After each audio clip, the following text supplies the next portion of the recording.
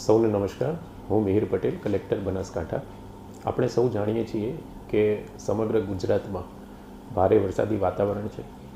બનાસકાંઠા જિલ્લાની વાત કરીએ તો પાછલા 24 કલાકમાં એવરેજ 17 mm જેટલો વરસાદ પડ્યો છે. આમ વરસાદના સંદર્ભમાં હાલમાં પરિસ્થિતિ સામાન્ય છે. આમ છતાં હવામાન વિભાગ દ્વારા બનાસકાંઠા જિલ્લામાં આજરોજ ઓરેન્જ એલર્ટ આપવામાં આવેલું છે.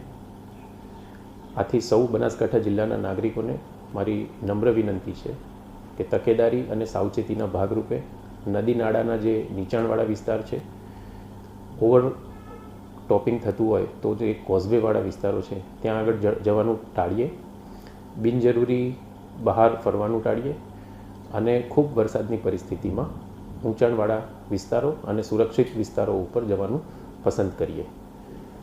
કોઈપણ મુશ્કેલીની ઘટનામાં